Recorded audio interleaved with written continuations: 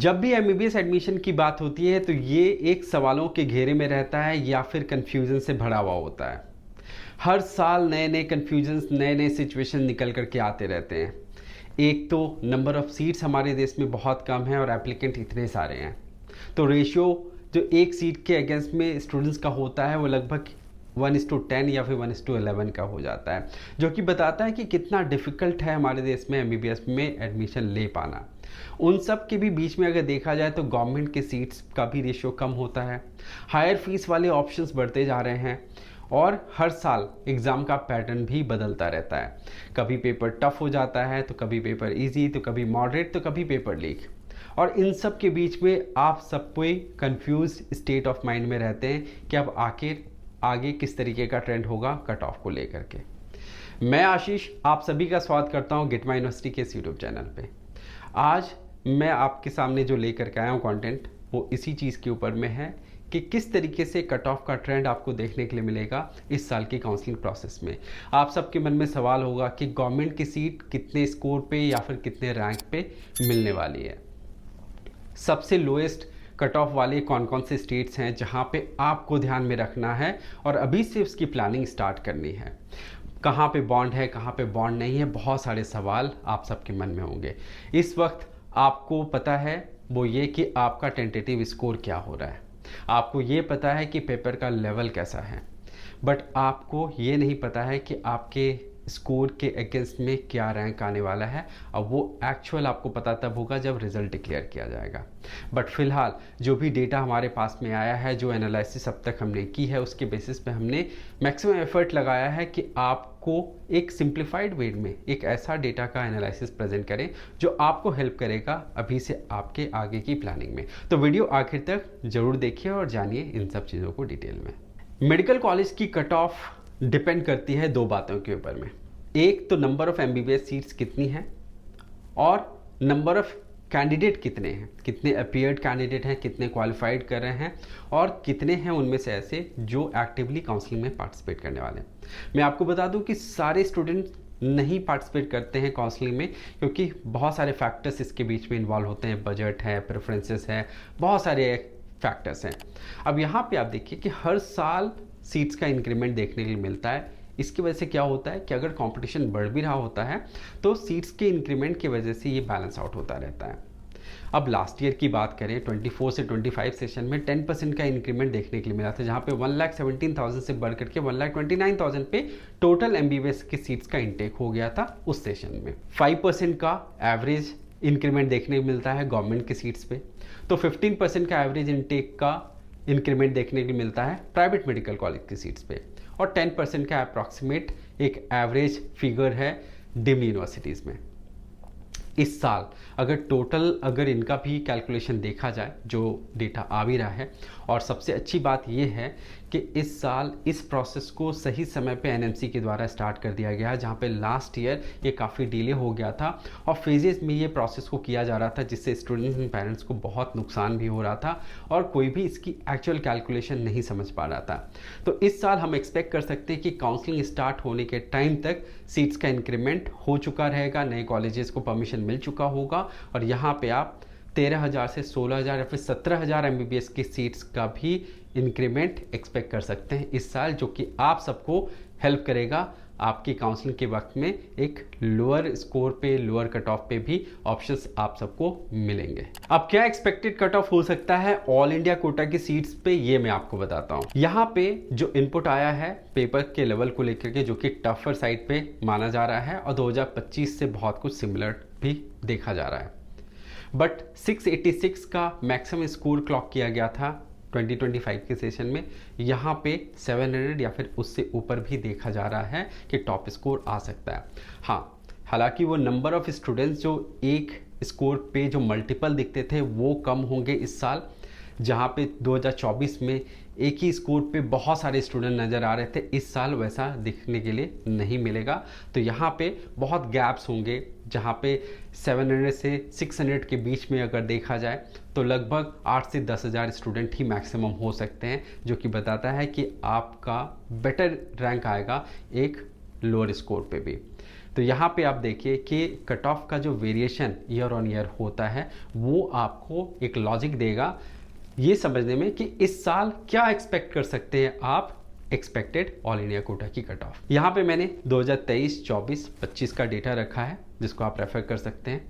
और यहाँ पे आप देखिए कि अप्रॉक्सीमेट अगर जनरल कैटेगरी की बात करें तो लगभग 2000 रैंक से हर साल कट ऑफ ड्रॉप होता हुआ नज़र आ रहा है। हाँ, ये बात अलग है कि उस रैंक के अगेंस्ट में जो स्कोर होता है वो वेरी करता रहता है, क्योंकि सिचुएशन जो रहता है वो वेरी करता रहता है। पेपर का जो टफनेस लेवल होता है, कितने कैंडिडेट हैं, ये बताता है कि क्या रैंक एक्चुअली में हो सकता है। अब इस साल अपीयर्ड कैंडिडेट जो कि कम है और सिचुएशन काफ़ी डिफ़िकल्ट दिख रहा है on the basis of paper level, तो यहाँ पे रैंक भी उसी हिसाब से बेटर आपको नज़र आएगा एक लोअर स्कोर पे भी।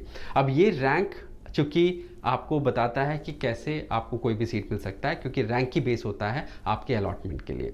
तो यहाँ पे आप देखिए 2023 में 23,562 का कट ऑफ था ऑल इंडिया कोटा की सीट्स के लिए। 2024 में 25,050 पे ये चला गया। जनरल कैटेगरी के लिए कट ऑफ यहाँ पे आप ड्रॉप होते हुए देख रहे हैं। 2025 में सिचुएशन काफ़ी डिफिकल्ट था, बहुत टफेस्ट पेपर अब तक का देखा गया था, बट यहाँ पे भी आप देखिए कट ऑफ ड्रॉप हो गया, 27,332 पे आके क्लोज हुआ। इस साल जो एक्सपेक्टेड है, जो अनुमान है कि जिस हिसाब से इनपुट आया है, जो डेटा है हमारे पास में, 29,000 से 31,000 के बीच में आपका एक्सपेक्टेड रैंक फॉल कर सकता है ऑल इंडिया कोटा की सीट्स के लिए, क्योंकि सीट्स का इंक्रीमेंट होने वाला है, अपीयर्ड कैंडिडेट कम है, पेपर का लेवल टफ है, ये सारे लॉजिक्स हैं इसके पीछे में।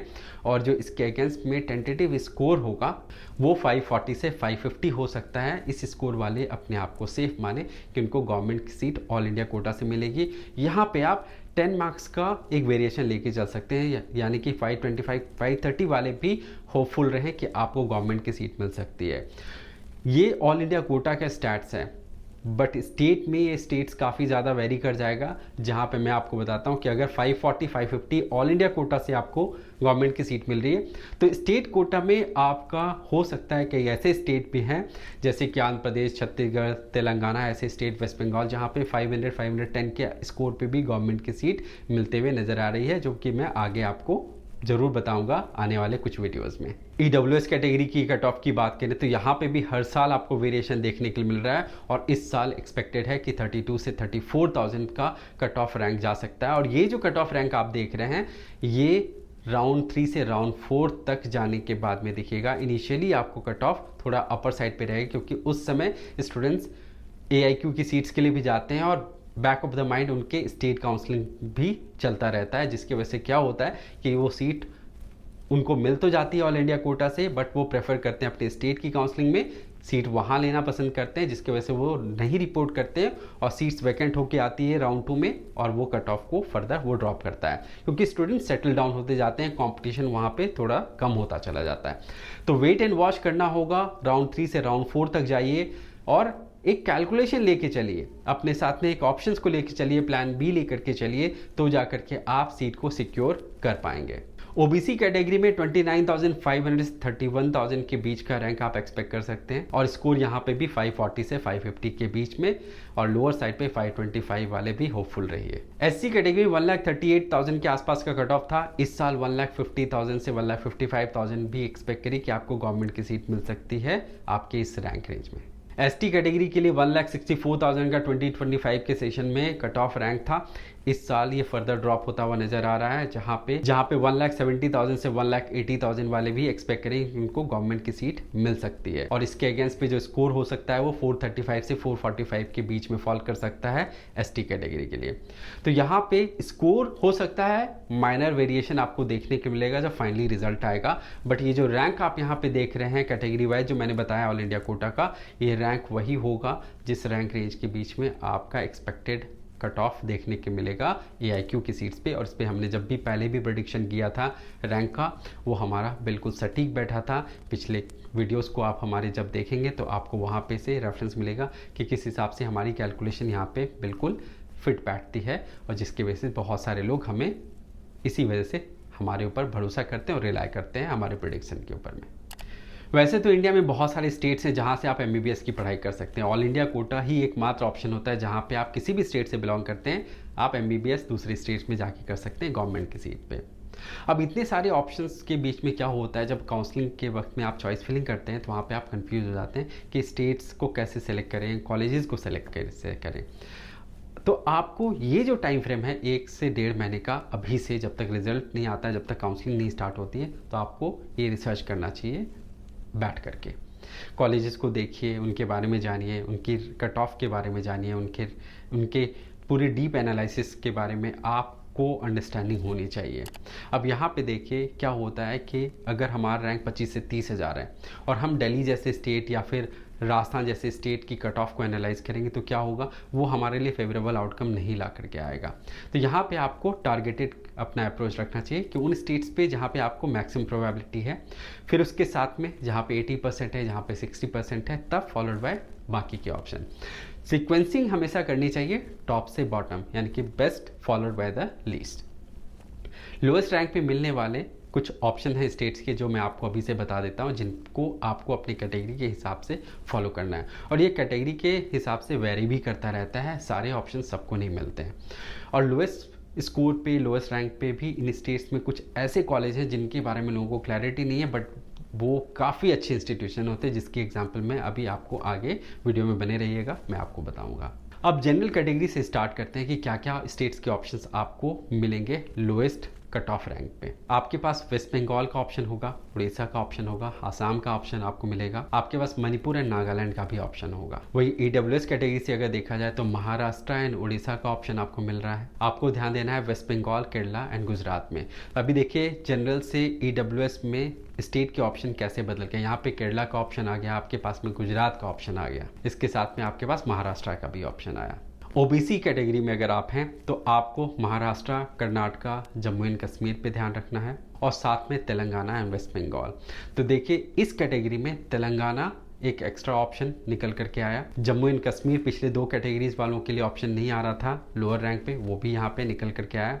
तो ये स्टेट के ऑप्शंस देखिए कितने वेरी कर जा रहे हैं। उसी तरीके से देखिए एससी के लिए भी ऑप्शंस यहाँ पे, और एसटी में आप देखिए यहाँ पे त्रिपुरा के साथ साथ में पुडुचेरी का भी ऑप्शन निकल करके आ रहा है। तो इन जनरल अगर देखा जाए कि लोएस्ट रैंक पे मिलने वाले जो स्टेट्स हैं उनमें सारे कैटेगरी के लिए कौन कौन से स्टेट हैं जिन पे सबसे ज़्यादा उनको ध्यान में रखना चाहिए, वो है महाराष्ट्र, एक अच्छा स्टेट है, आपको ध्यान में रखना चाहिए। तेलंगाना पे भी आपके पास वेस्ट बंगाल का ऑप्शन निकल के आता है, उड़ीसा का निकल के आता है, मिजोरम, मणिपुर, त्रिपुरा जैसे स्टेट का भी ऑप्शन है, और इनमें से कुछ ऐसे ऑप्शन भी हैं जो कि बहुत अच्छे भी हैं, जो आगे आपको मैं अभी बताऊंगा। दोस्तों लोएस्ट रैंक वाले ऑप्शंस तो आपने समझ लिए। हाईएस्ट कट ऑफ वाले ऑप्शंस लाइक दिल्ली में अगर आपको एडमिशन लेना है तो आपका एक्सपेक्टेड रैंक होना चाहिए 3000 से 3500। वहीं अगर आपका +1 एंड +2 दिल्ली से है तो उस केस में आपको लोअर रैंक पे भी ऑप्शंस मिलेंगे, जहाँ पे 14-15,000 वाले भी वेट करिए राउंड 3 से राउंड 4 तक, तो आपको सीट मिलेगी। लास्ट ईयर बहुत सारी सीट्स वैकेंट रह गई थी। स्टूडेंट हायर रैंक वाले आउट ऑफ पैनिक कॉल लेने के बाद में लोअर रेटेड और कॉम्प्रोमाइजिंग कॉलेज में एडमिशन लेकर के कंटिन्यू कर गए थे, क्योंकि उनको लगा कि सीट नहीं मिल पाएगी।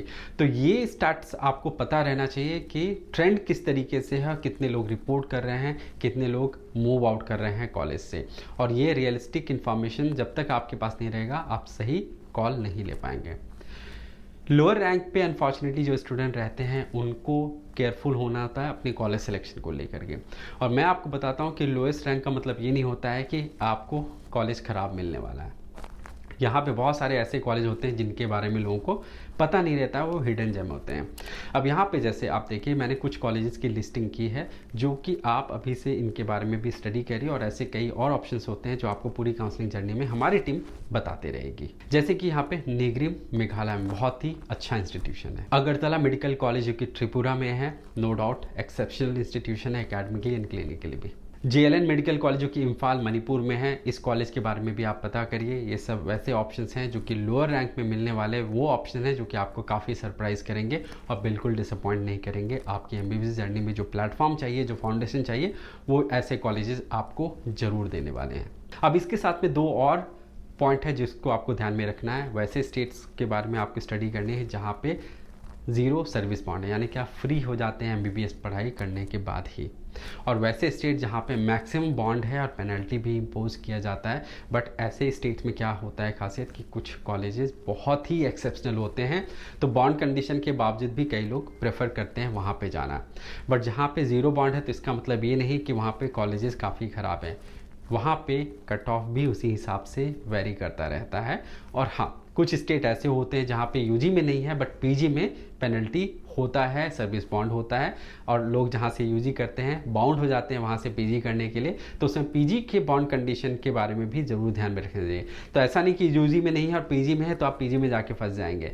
तो ये सब कुछ भी आपका पार्ट होना चाहिए आपके स्टडी का। अब यहाँ पे ज़ीरो सर्विस बॉन्ड वाले स्टेट्स कौन कौन से ये भी मैं आपको बता देता हूँ। आपके पास आंध्र प्रदेश, तेलंगाना, वेस्ट बंगाल का ऑप्शन निकल करके आता है। चंडीगढ़ है, उत्तराखंड कंडीशनल है, जहाँ पे फीस थोड़ा हायर पे करेंगे तो आपको कोई भी सर्विस बॉन्ड नहीं रेंडर करना पड़ेगा वहाँ पे। मेघालय, मिजोरम, नागालैंड, पुडुचेरी जैसे स्टेट में कोई भी बॉन्ड कंडीशन नहीं है। वही यहाँ पे कुछ ऐसे भी स्टेट्स हैं जहाँ पे 5 इयर्स तक का भी सर्विस बॉन्ड आपको सर्व करना पड़ सकता है। उन स्टेट्स के बारे में पहले से आपको क्लैरिटी होनी चाहिए, और ऐसे स्टेट के सिलेक्शन में कॉलेजेस जो भी आप ले रहे हैं बहुत केयरफुल हो जाइए। जैसे कि हरियाणा है, आसाम है, अरुणाचल प्रदेश है, तमिलनाडु है, इन सब स्टेट में 5 इयर्स का सर्विस बॉन्ड है और ये आपको करना ही पड़ेगा, या फिर इसके अगेंस्ट में आपको पेनल्टी बहुत बड़ा यहाँ पे चुकाना पड़ेगा। तो दोस्तों, ये था हमारा कंप्लीट एनालिसिस कट ऑफ से लेकर के काउंसलिंग की स्ट्रैटेजी को लेकर के।